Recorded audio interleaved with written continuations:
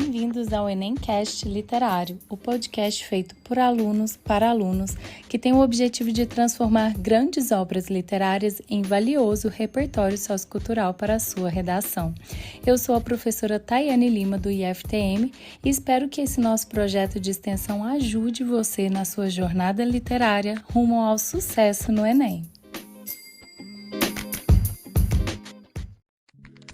Oi pessoal, meu nome é Gabriel Diniz, estamos aqui no podcast para falar sobre Machado de Assis hoje. Como a gente sabe, ele é um importante nome do naturalismo e também do século XIX em si. Muitos autores, inclusive, muitos linguistas, acabam associando ele a o maior escritor negro da história do século XIX. Então ele realmente foi muito importante, não só para o Brasil, mas também para o mundo, porque ele agregou uma nova forma de escrita que foi surreal para a época. Ainda mais levando em conta porque ele é um escritor que não pertence. O que isso quer dizer? Ele nasceu na periferia, filho de pais imigrantes, negros, e ainda assim ele conviveu com a elite branca a maior parte da vida dele. Então ele realmente consegue transitar sobre todas as esferas sociais, porque ele viveu em todas as esferas sociais praticamente, né? As obras deles são importantes não só pro Enem, porque podem cair de forma indireta, ou até na parte de linguagem, ou até mesmo você pode usar como repertório na sua redação, porque tem muita coisa que ele fala nesses contos, por exemplo.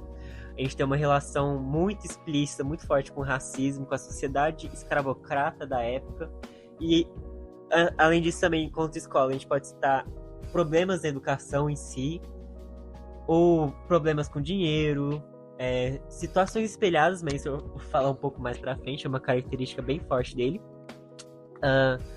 Mas enfim, Machado de Assis é um autor que ele não pertence a um lugar, ele não pertence a alguma caixinha específica, porque ele é muito único, ele tem uma característica muito própria dele, que é a ironia machadiana, que usa muito da metalinguagem e, por exemplo, em contos onde existe algum conflito, ele simplesmente acaba com o conflito na última linha, de forma assim, pá, quebrou toda a tensão. E é isso, uma coisa que ele realmente é muito único.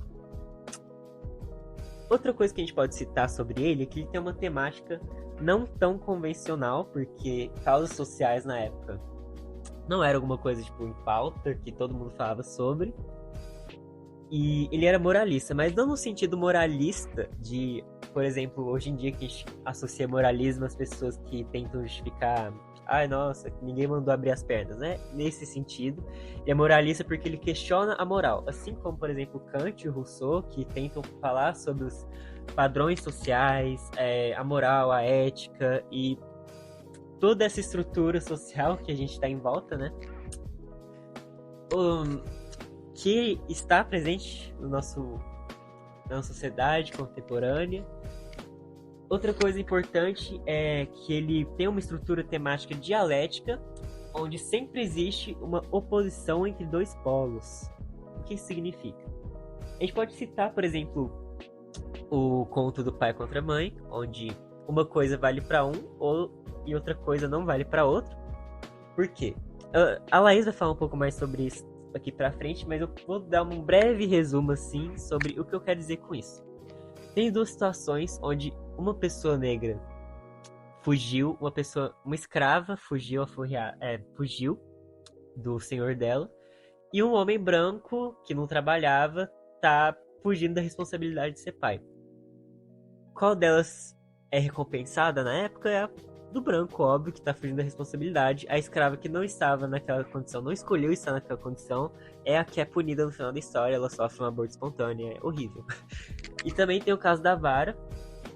Pra mim é incrível, pra mim é o meu preferido de todos os contos, porque o trabalho é recompensado, a falta de trabalho é recompensado no caso do Damião, que é o personagem branco, e a falta de trabalho, não é nem sequer falta, a gente nem pode chamar de falta de trabalho, sim de tipo, a escrava Lucrécia não conseguiu completar uma tarefa até o fim do dia, e por causa disso ela é punida. Então dá pra ver muito sobre essa oposição entre dois polos, onde a falta de trabalho com o branco é recompensada por causa que a Sinhá lá tenta ajudar o Damião a parar de estudar, e a falta de trabalho no caso do negro é punida. A Lucrécia apanha mais que tudo no final e o Damião ainda é conivente com isso. Enfim, isso é outra coisa, também tem a ver com o complexo de Salvador branco e tal. Nossa, aquele estereótipo, nossa, eu não sou igual aos outros brancos, eu não sou racista. E no final, o Damião é conivente com o racismo, assim como toda a sociedade. Isso é muito interessante de se ver. Contra a escola também a gente pode citar educação brasileira, que é muito criticada. Dá pra ver bastante esse viés de crítica à forma que a corrupção é recompensada. A corrupção é recompensada, a mecanização do aprendizado é recompensada e a forma genuína de aprender é punida. Enfim, é isso. Machado de Assis é muito importante não só para a UFA, mas também como outros vestibulares e Enem, como eu já citei antes. E agora a gente vai falar um pouco mais aprofundado sobre todos esses contos e sobre o que eles abordam exatamente, quais são as críticas deles, qual é a forma que o Machado de Assis pensou para formular esses contos. Agora eu passo a palavra para a Laís e vai falar um pouco sobre pai contra mãe. Oi, gente, agora a gente vai falar sobre o conto Pai contra Mãe, do Machado de Assis, e que traz esse dualismo. No caso, pai contra mãe, a gente pensa numa família, mas a crítica principal que esse conto traz é uma pessoa que realmente se preocupa com os filhos e que quer dar um futuro bom, independente dela não ter essa condição, e uma pessoa que, por irresponsabilidade sua, não consegue dar um futuro próspero para os seus filhos. Basicamente, esse conto conta a história do Candinho das Neves, que é um homem branco da época. Machado de Assis escreveu esse conto em 1906 e a escravidão foi abolida em 1888. A crítica principal do conto é que esse Candinho, ele era um homem que simplesmente ele não gostava de trabalhar. Ele tentou ser tipógrafo, ele tentou vários empregos, mas ele sempre saía porque ele se sentia entediado.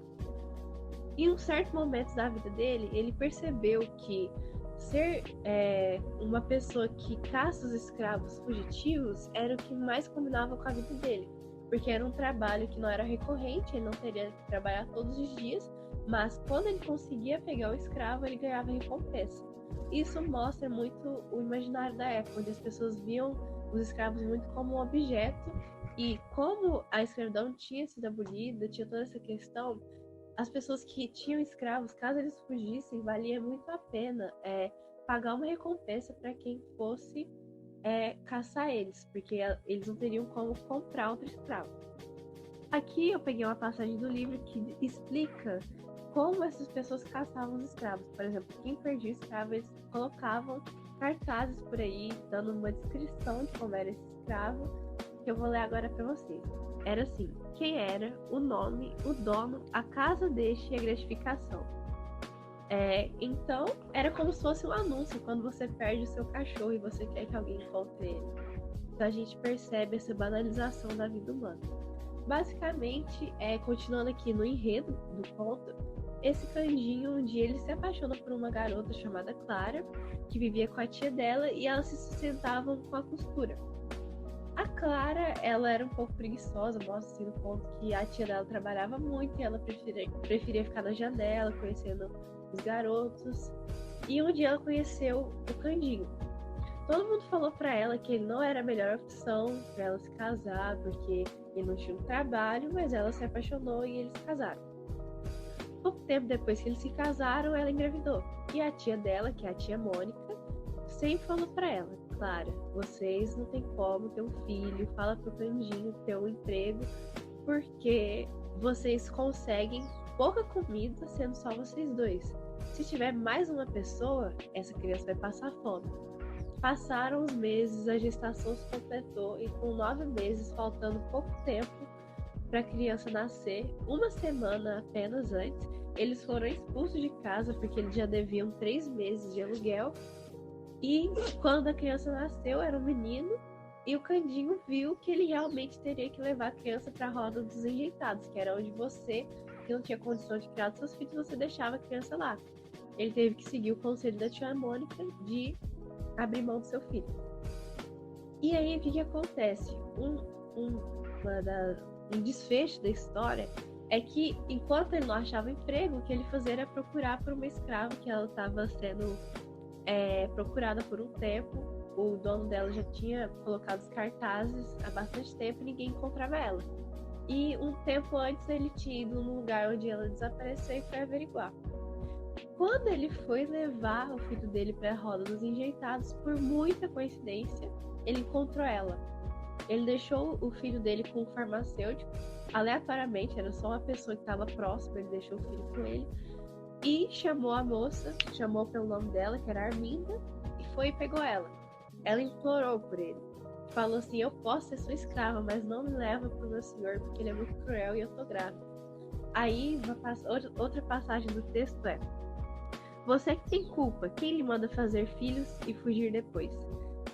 Mostrando a hipocrisia do Candinho, sendo que ele mesmo estava indo dispor do filho dele, mas ele julga uma senhora que nasceu como escrava, que ela não escolheu a condição de vida dela, mas ele julga ela, mesmo que ele mesmo não tenha se esforçado para manter o filho dele. Basicamente, não adiantou ela reclamar, não adiantou ela implorar pela vida dela. Ele levou ela até o dono dela e no final ela perdeu o filho porque ela teve que lutar tanto para fugir das agressões e dessa vida que ela acabou sofrendo tanto estresse que ela perdeu o filho. Basicamente essa é a história. E no final, Candinho diz que apenas algumas crianças vingam, que mostra assim que quem realmente pode escolher ter um filho, quem consegue ter controle da sua própria vida e dos seus sucessores são as pessoas brancas, assim como Candinho, independente do esforço que ele tem. Agora eu vou falar algumas outras passagens, além das que eu disse anteriormente, porque eu sei que não só a UFO é importante, mas também o Machado de Assis cai em qualquer vestibular. Ele fala que essa questão que é importante. Há meio século, os escravos fugiam com frequência. Eram muitos e nem todos gostavam da escravidão. Sucedia ocasionalmente apanhar em pancada e nem todos gostavam de apanhar pancada. Ou seja, o Machado de Assis ironiza muito essa questão, assim como em qualquer outro texto dele, porque ele fala como se fosse simples, uma visão muito simplificada dos brancos de como era a escravidão. Não é só que eles não gostavam de apanhar, eles simplesmente não tinham direito a nada, e era como se fosse egoísta ou fútil da parte deles querer fugir. Mas enfim, agora eu vou abrir uma discussão. O que você acha sobre isso, Gabriel?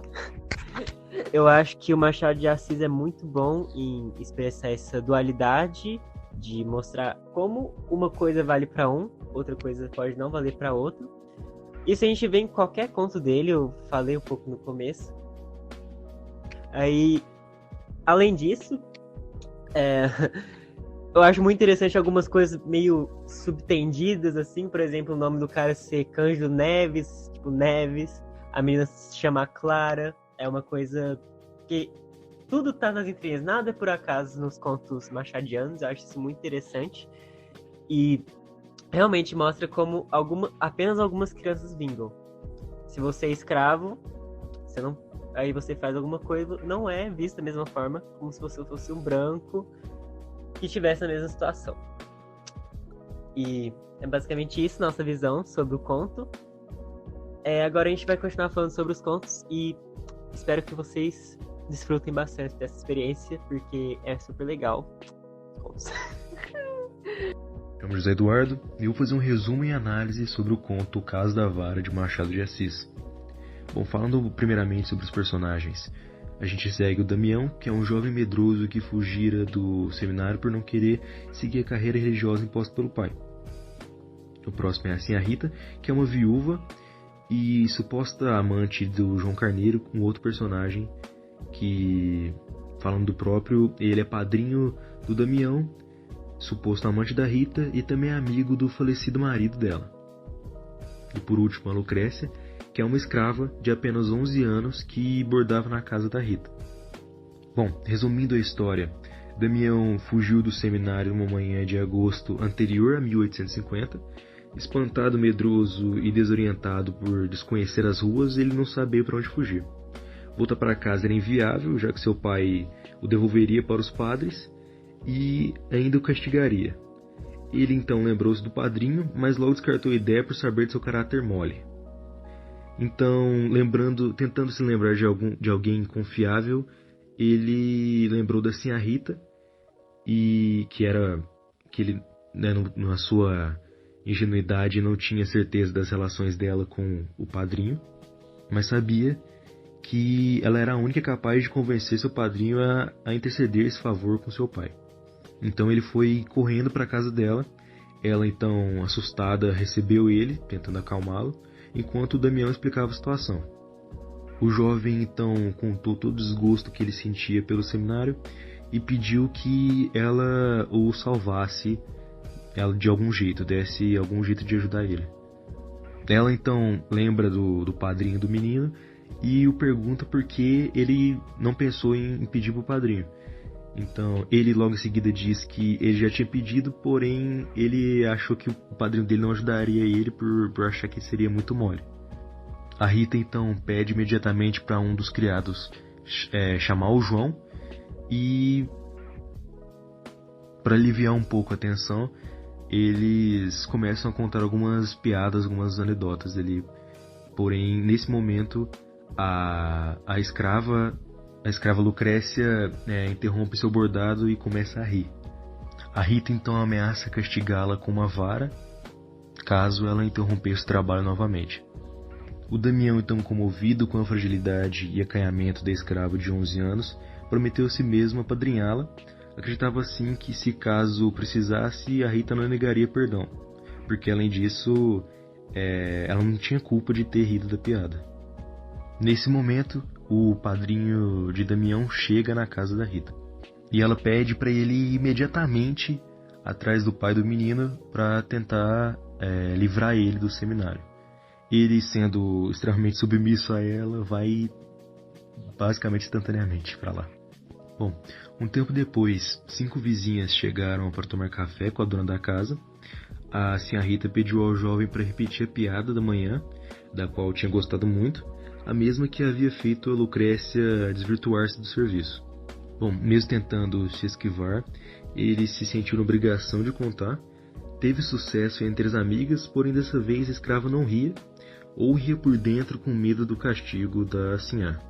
Com a chegada da noite, o Damião ficava com cada vez mais medo, e neste meio tempo a Rita já havia arranjado roupas, possivelmente esquecidas por João Carneiro, para o Damião se livrar da batina. Logo em seguida, um escravo do padrinho veio trazer uma carta, afirmando que o negócio ainda não estava composto e que o pai tinha ficado extremamente furioso e o encaminharia novamente ao seminário. A Rita então foi breve e disse que se o João Carneiro não livrasse o menino do seminário, ela nunca mais o veria novamente. Ela acalmou então o menino, dizendo que agora isso era um negócio dela e que ela tinha certeza que iria cumprir. Na hora corriqueira da recolha dos trabalhos, só a Lucrécia não havia finalizado o bordado. A Rita, então furiosa, agarrou ela pelas orelhas e pediu para o menino pegar a vara para castigar a menina. O Damião sentiu pena, contudo precisava absolutamente da ajuda da Sinhá. Então ele pegou a vara e entregou a viúva.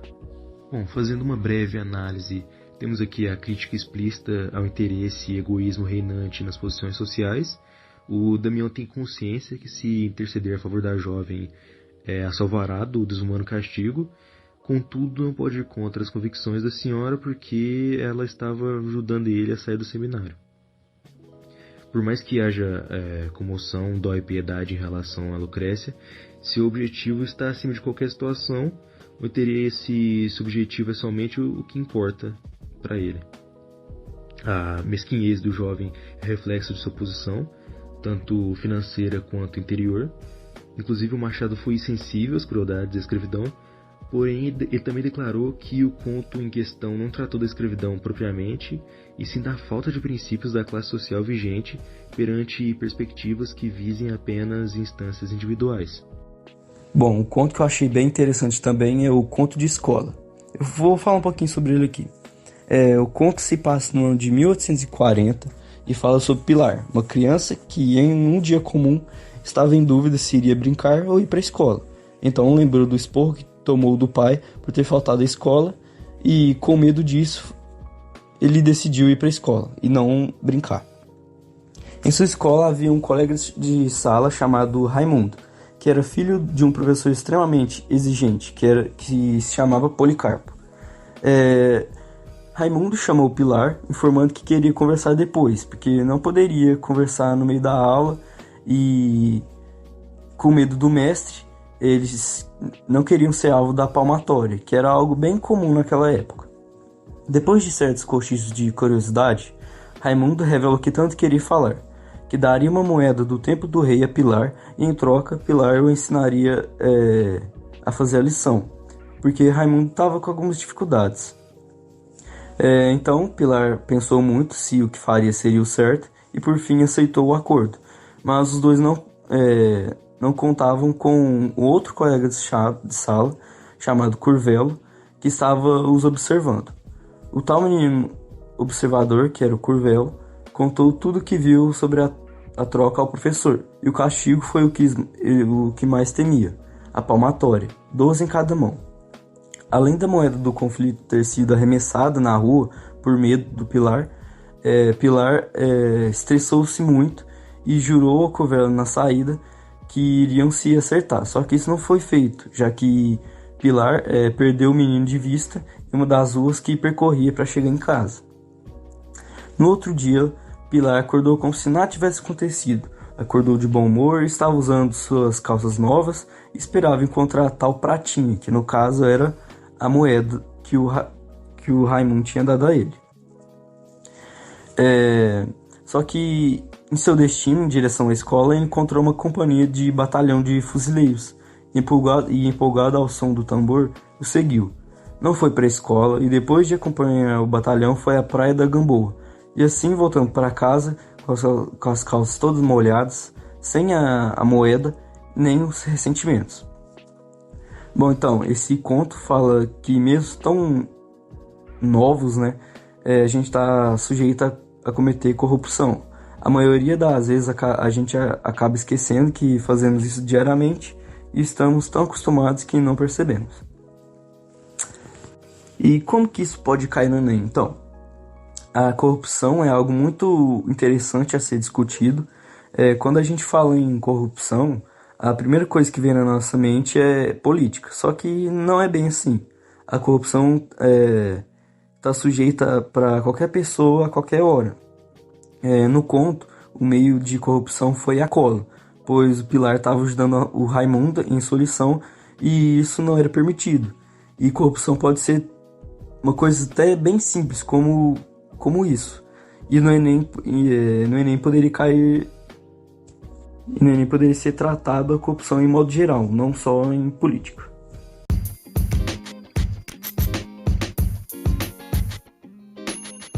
E assim chegamos ao fim de mais um episódio inspirador do Enemcast Literário. Mas não posso encerrar este episódio sem expressar a minha gratidão a uma equipe incrível que torna este podcast possível. Um agradecimento a Rafaela Lima, ao Gabriel Martins, a Larissa Elias, ao Pedro Henrique Silva e a Ana Carolina Bessa, e a todos os alunos que se juntaram a nós com suas discussões apaixonadas e insights valiosos. É claro, um agradecimento especial vai para vocês, nossos ouvintes fiéis, que nos inspirou a continuar explorando os tesouros da literatura clássica. É hora de fechar mais um capítulo, mas fiquem atentos, porque mais aventuras literárias estão por vir. Até o próximo episódio do Enemcast Literário. Fiquem bem e continuem a ler e a sonhar através das páginas dos livros. Até breve e um bom Enem a todos vocês.